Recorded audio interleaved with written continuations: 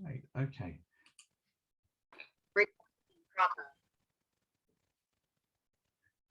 So, firstly, welcome to our latest show and tell for the CDPS Landscape Review.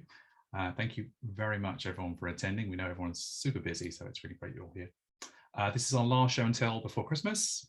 We're coming towards the end of the alpha phase for the Landscape Review this week, and then we'll resume again with our Stage 3 early in the new year.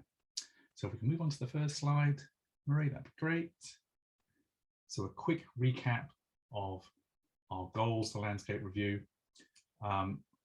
We are wanting to understand basically a broad view across public services in Wales, identifying opportunities for CDPS and the wider colleagues in the public sector to help us understand what's out there, to help us prioritise them, and to identify the best ways that CDPS can work with public services across Wales to improve digital services. So what will we have at the end of this? We will have a summary report findings. We will have a long list of everything we've seen and the people we've talked to and the services we've heard about.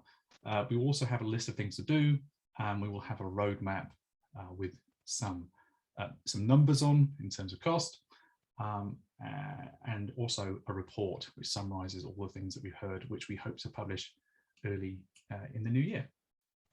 So if we can move on to the next slide. Then this is the 4 distinct sets of evidence that we've gathered through the Landscape Review so far. We have our service surveys, which we've now run with, we have a whole range of organisations and services, over 120 responses so far. We've also interviewed public service leaders from over 30 organisations, and we run focus groups with more than 100 service owners. And we have that list of Welsh public services we were talking about earlier. It's a partial list. We haven't talked to absolutely everyone in Wales, obviously, but we think it's a really useful representative sample of the current state of digital services across Wales.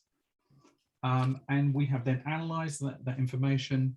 We've run 4 more workshops. We're talking about some of the things we found with 4 groups of people, including our board, our advisory panel, team within CDPS, and also with Sam and Glyn and Ifan, who are leading digital services across Wales. So I think we've got some really good inputs there. We've got a lot of things to play back to you today based on what we've heard. So we can move on to the next slide. A quick summary of some of the things we found. We have, as we said, 30 organisations, 120 services. Interestingly, a large majority of services reported that their particular service could be completed digitally. That doesn't mean, of course, that everyone completes their services digitally. Many of those services can be, will be kind of dealing with people over the phone, by post, face-to-face, other channels as well. Interestingly, looking at some of the data there of the services we found, we're finding there's a median number of about 5,000 user journeys annually for the services we've spoken to. So it gives an idea of the scale. It's not hundreds of thousands, but it's still quite significant. And then a view of cost there. That, again, that's a median number, shows around 250 to 300k typically being spent on maintaining these particular services. On the right-hand side, shows you the kind of range of people we've seen to across the sectors we've talked to across Wales. I think it's fair to say we've got some more work which we plan to do in the next stage, particularly with health and care, but I think we've got a good spread there. And I think if we look at the balance of who we've talked to, most of the services that we're talking to are outward facing to the public, but then also some internal facing services as well. We found that those who talk to public services, mainly in health, but also across other sectors as well. And then those 12 civil servant facing services we've seen, mainly in local authorities, but again, the spread there. So as you can see, we've really kind of, I hope you can see, we've had a good broad survey, we think, today, which I think gives a good sample for the insights that Henry is about to share. So Henry, over to you. Thanks, Rick. So as Rick mentioned at the beginning, kind of one of the key outputs of the landscape review will eventually be a costed roadmap for the different opportunity areas that we want to work on, and some thoughts about how CDPS and the other parts of public services should tackle them. We actually initially started with a list of 28 opportunities, so a long list of things that we felt had really come out of those different areas of evidence, from speaking to different organizations, from our survey, from the technology conversations we've been having. We have then shortlisted them based on a set of strategic criteria and come to this set of 16. This is what we are now thinking about in a lot more detail. We've gone back to the evidence slide. We're then looking at these 16 in a bit more detail, actually doing a more detailed options appraisal, particularly bringing in that kind of cost benefit, looking at these different interventions. The 5 that are flagged up in orange are the 5 that we're going to talk about today. They're not necessarily the best opportunities, but they are some where we think we've heard some quite interesting things that we thought would be good to share back today. But we are considering all 16 of these over the next week. I will then, so can we go on to the next slide, please? And we'll talk through these 5 that are called up. So the first that we thought we'd talk about are services are often designed or delivered without asking users about their experiences, which we think can sometimes result in worse user experiences. Can we go on to the next slide?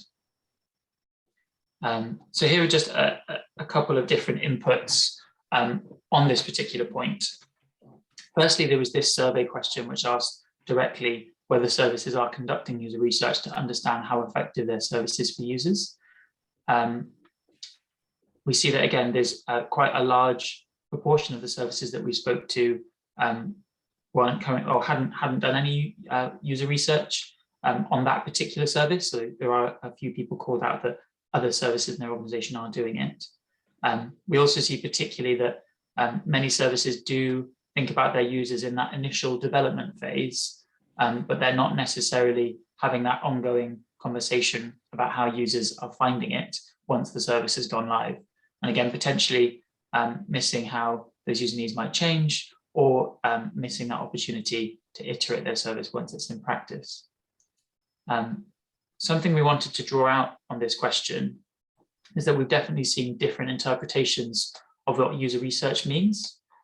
I think in CDPS, we might think of user research as meaning sitting down and talking to someone who has used or is using a particular service, actually maybe watching them as they try to interact with it and kind of seeing how straightforward they find that, what they're thinking as they click through it, are they understanding it in the way that we'd understand it. We found that in conversation, what many organizations are getting feedback through, for example, feedback forms or kind of surveys that they'd send out to a subset of their users, but they're not necessarily having that two-way conversation that we think can be really valuable in getting under the skin of what users need. Finally, just to call out, one thing that we've done in the last week is go through all of the recorded workshops and meeting notes that we have from meeting with people. And we've actually seen how often these different opportunities have actually been referenced by the organizations that we've spoken with. And actually almost 70% of the focus groups that we've talked with have either directly or indirectly kind of called out this challenge around user research and understanding user needs. And we'll have some of those stats for each of the opportunities that we talk about today. Can we go on to the next opportunity, please? Thank you. So the second opportunity is that with the pandemic and the rapid move to online delivery of services, not all services were designed with digital inclusion and accessibility in mind. If we go on, so this is something that we've really heard. I think we've talked about this in previous show and tells. This is one where really service owners have themselves really called this out as something that they see as a challenge, and that organizations are really, really keen to work on and understand better. This was a question that we asked in the survey around, please provide a summary of any user feedback that you've received. And there we've done a kind of categorization of those answers and actually kind of what are they getting at. And this called out that actually where services have have gone and surveyed their users, it is those access and usability issues that come out as some of the most common challenges that their users are facing. Here are just some of those quotes from those meetings that we've had. So, for example, one of our ambitions is looking at how we can improve the journey of people with disabilities, and that's a particular area called out as one to work on.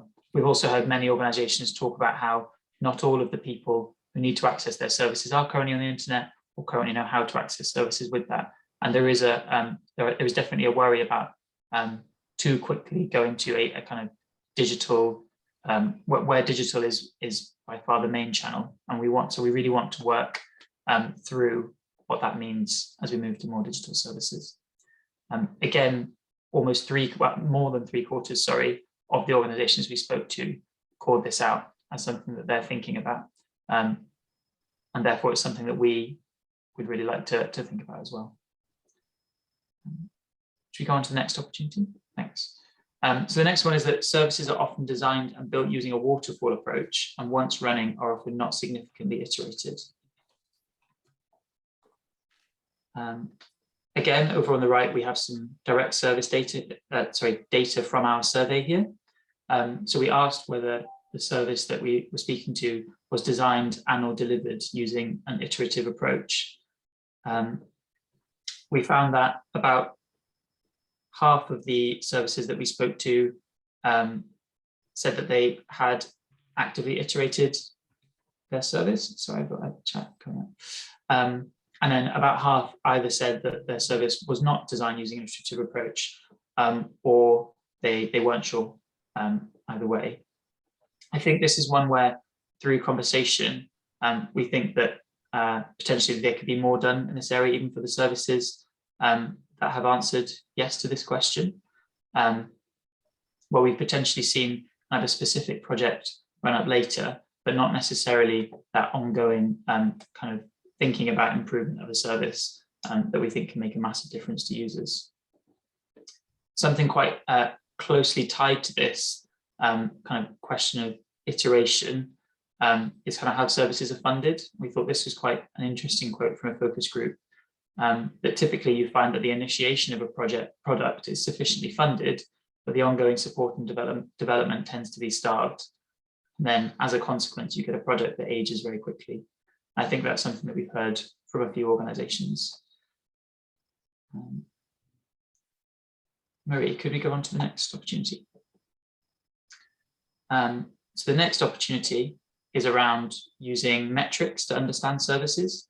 So only about 50% of the services surveyed said that they tracked metrics, and less than 1/3 tracked anything beyond general user satisfaction and usage statistics.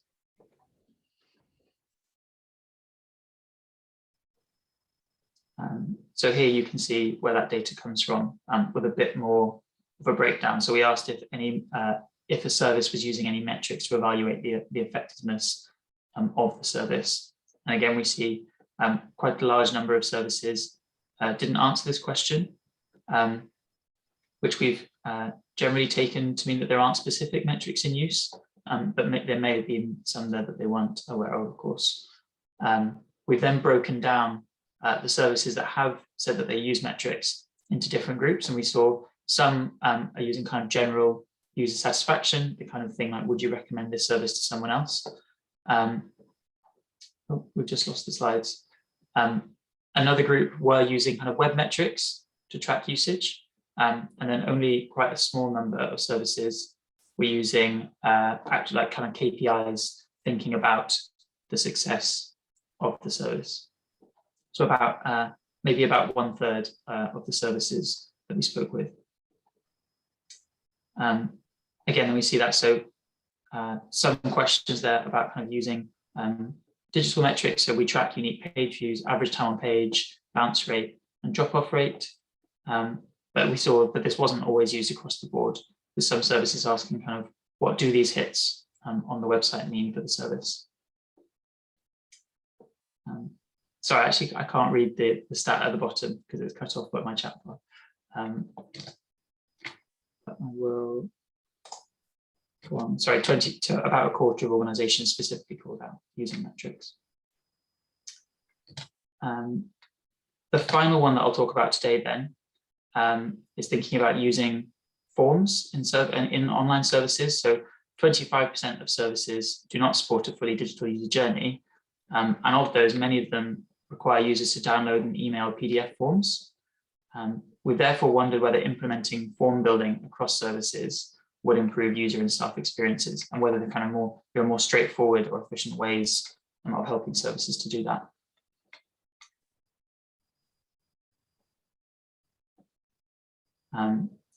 So here again, this was one that came out of those discussions. We pulled out a few quotes. So we've seen some organizations have taken a really effective and focused approach to doing this, and we heard from one organization that they're already about halfway through taking what was about 140 PDF forms that they were running for different kind of user needs or user areas, and they've already got about 70 of those online, and they're kind of still working through that.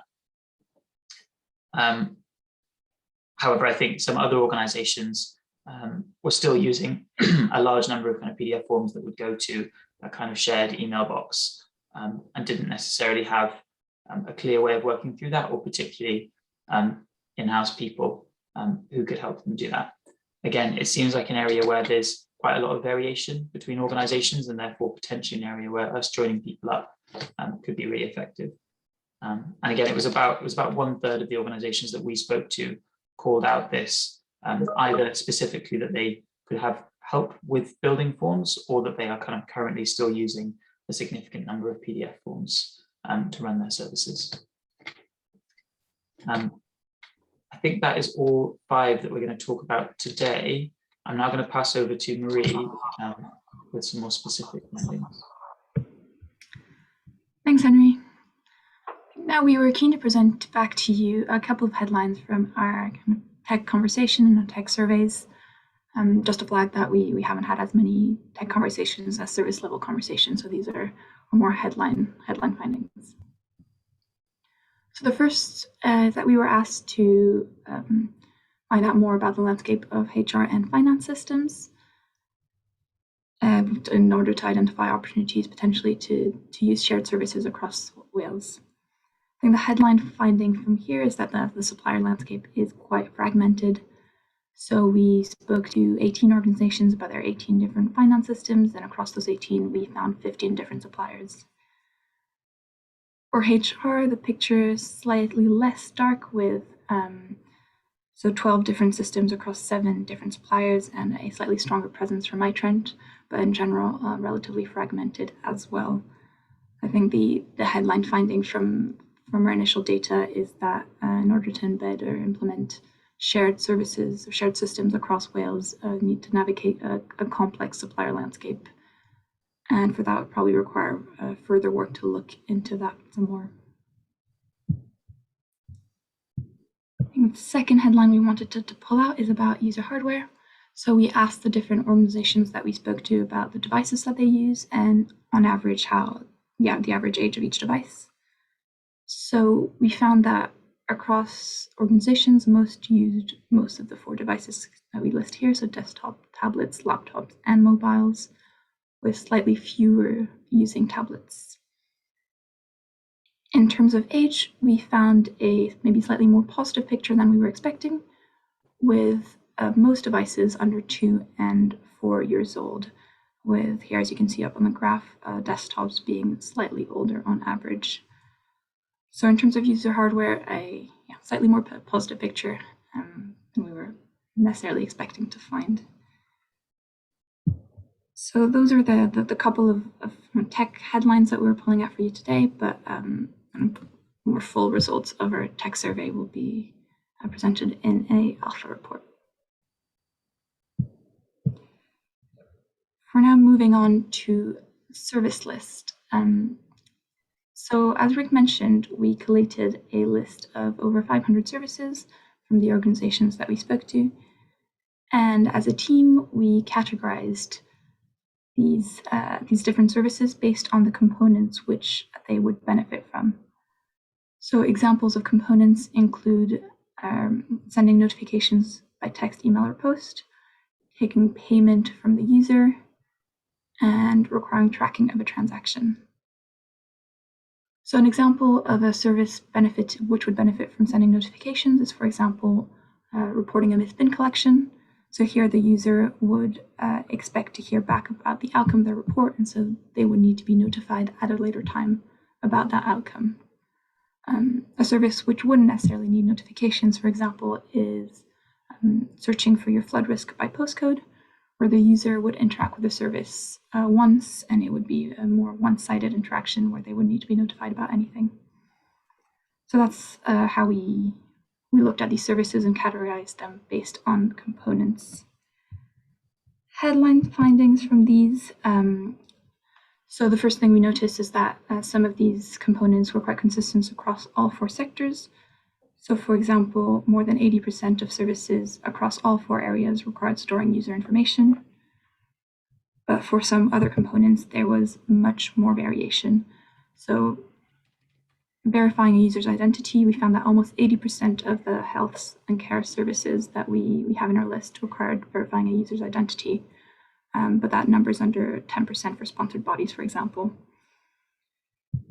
And another interesting one to pull out is on authenticating a user. So almost 80% of local authority services could benefit from that user authentication, which is in line with the development of My Accounts and other user accounts that we've seen in local authorities. And that's a number that's slightly lower, again, for sponsored bodies at around 35%. So this categorization of services brings a different view into the landscape of WASH public services. But for a few relevant components, it will also be helpful to us to prioritize the opportunities that Henry's mentioned.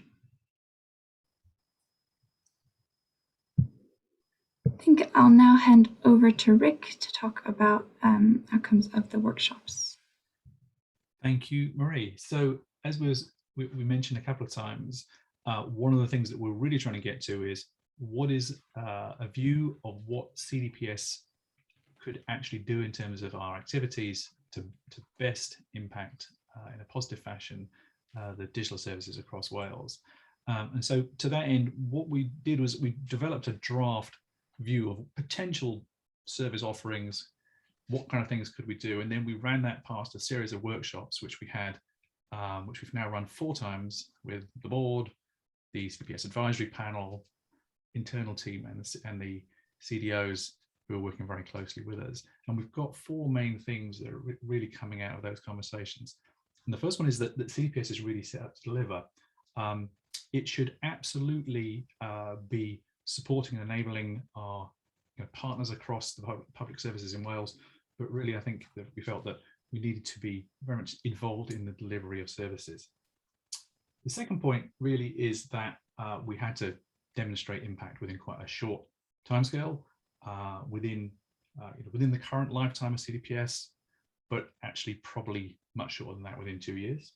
The third point, looking to how we make changes working with our partners in public services, rather than necessarily doing transformation to people, which we found absolutely no appetite for whatsoever, as I'm sure no one is surprised by that. So really looking at how we work in partnership and collaborate and to work in the most effective manner. And then lastly, really the feeling that CDPS ourselves shouldn't be running IT platforms and services, absolutely working with partners to help them develop their own services and to allow the experience perhaps and the expertise within CDPS to be leveraged by those partners, but not necessarily owning and running operational IT services ourselves. So that really helps to give a steer, I guess, of what we're hearing back from sharing our initial ideas. So if we can move on to the next slide, Marie, thank you.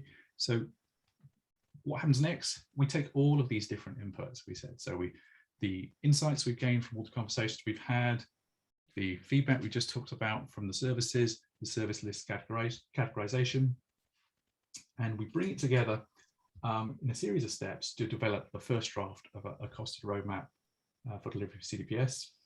Obviously, that is a start of a conversation. So we then review that internally within CDPS and with our other stakeholders.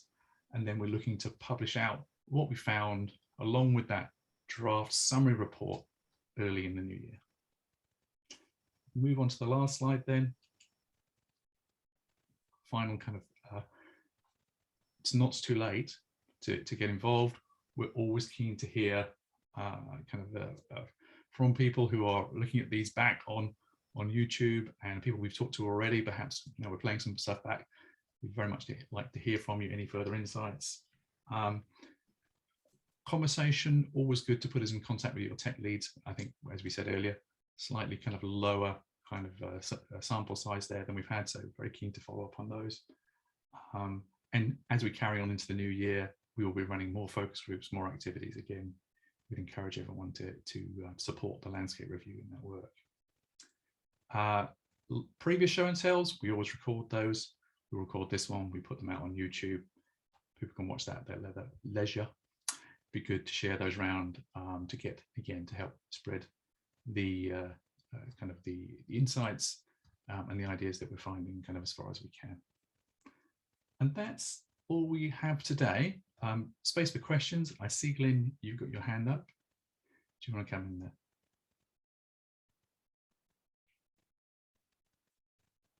Oh, Glyn, I think you're on mute.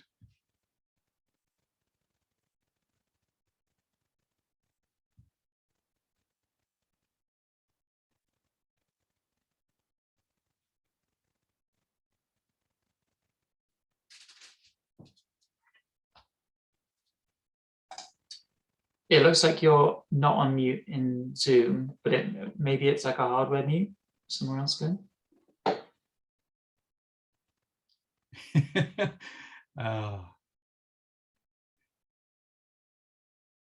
So while Glenn is struggling, I'm sure he'll get past it. Perhaps, Glenn, if you want to put the question in the chat, that would be great as well.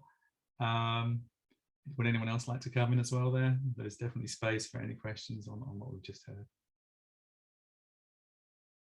It is true, Deb. I think this did happen last time as well.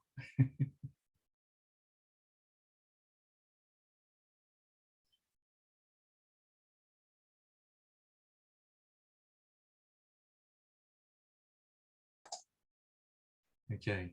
Anyone else like to come in there? Ah. Yes. Yeah, I think so. So the short answer to that is I think probably yes, Lynn. And I think we're aware that it's a small sample, and it's something that we flagged up as that we're going to, some of these areas, and then we mentioned health and care as well.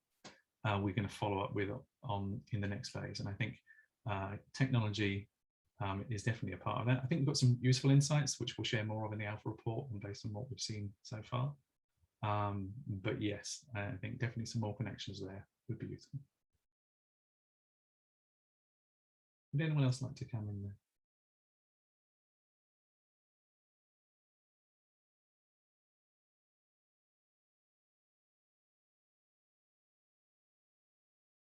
So we should probably, I think your question was that for Alpha. So Alpha ends at the end of this week, so probably a little late for this week. And Deb, also, yes, very much like to join up with the infrastructure review. I think that would be great. So we're still firming up exactly our plans, but we're expecting to come back to the next phase of the project at some point in early January. And technology is something that we're interested in being a focus, as it is an area where we've had less input. And I think, yeah, to both Glyn and Deb, it would be fantastic to have your help in that area.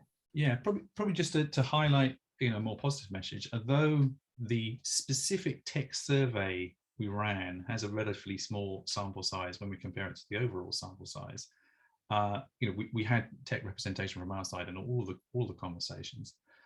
So we have pulled out a number of insights from those focus groups conversations and also at an organizational level as well. So this is not a tech-free zone by any means.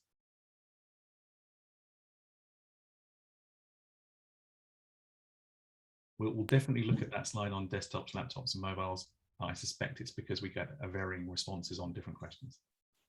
Yeah, and not every organization used every device. Another thing to say is that thanks, Glyn.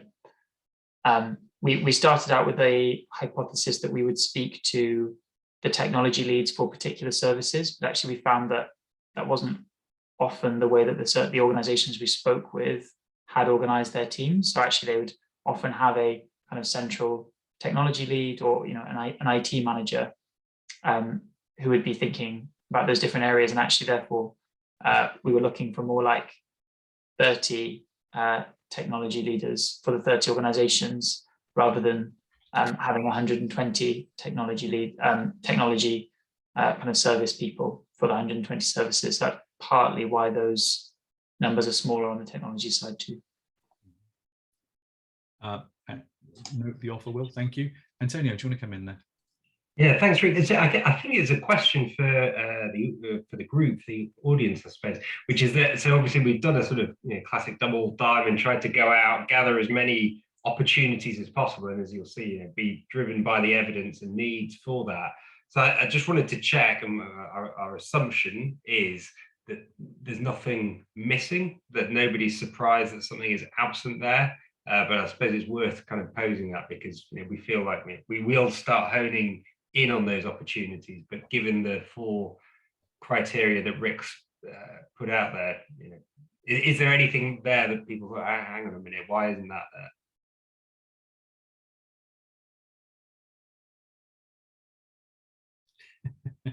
We'll leave that one hanging a second. Anyone like to come in there? You got a hand up there, I think. Deb, do you want to come in? Let's see if I have more luck than Glinda's on these calls. Can you hear me okay? Perfect. Hey, there you go. I assume it's just Glyn then. I can't work these things. No, I find it very interesting. We've done a lot of work in this area. We're actually sort of slightly further ahead in that we've done our baselining work in terms of infrastructure and architecture across health and care. So again, very happy to share with all the information that we've got. So I will do that later today. So you've got the outcomes of our independent reviews that we ran. We're now in the projects to take those reviews into action. So very much would expect to see some of those things that have come up. For example, in identity management, we're about to undertake a deep dive as part of our infrastructure project, which builds on the review we did into identity and what we're best to do about that, and how do we best understand that from a customer facing perspective. So for me, I haven't spotted anything that I thought, oh, actually, I'd see that would be missing.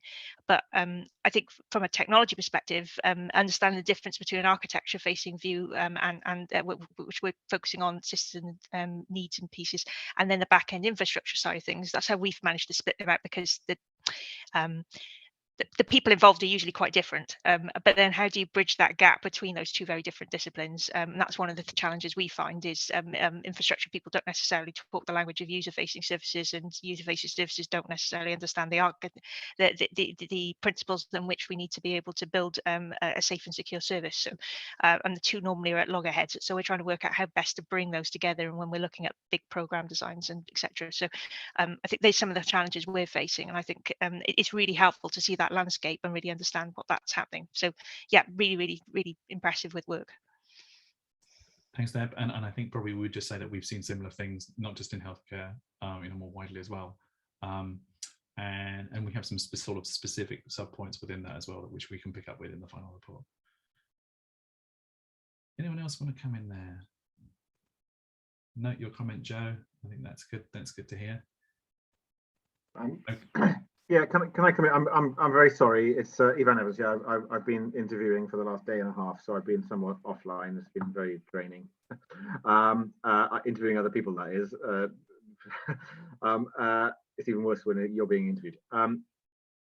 So this may have been covered, may have been discussed already, and I've missed the presentation from most of today. There's a long list of potential opportunities, and they're described as things to go at. And I'm just wondering whether it would strengthen some of those to put a very brief sentence about what the potential benefit is. So, there's things like explore forms. There's things like do more user research. There's do more agile.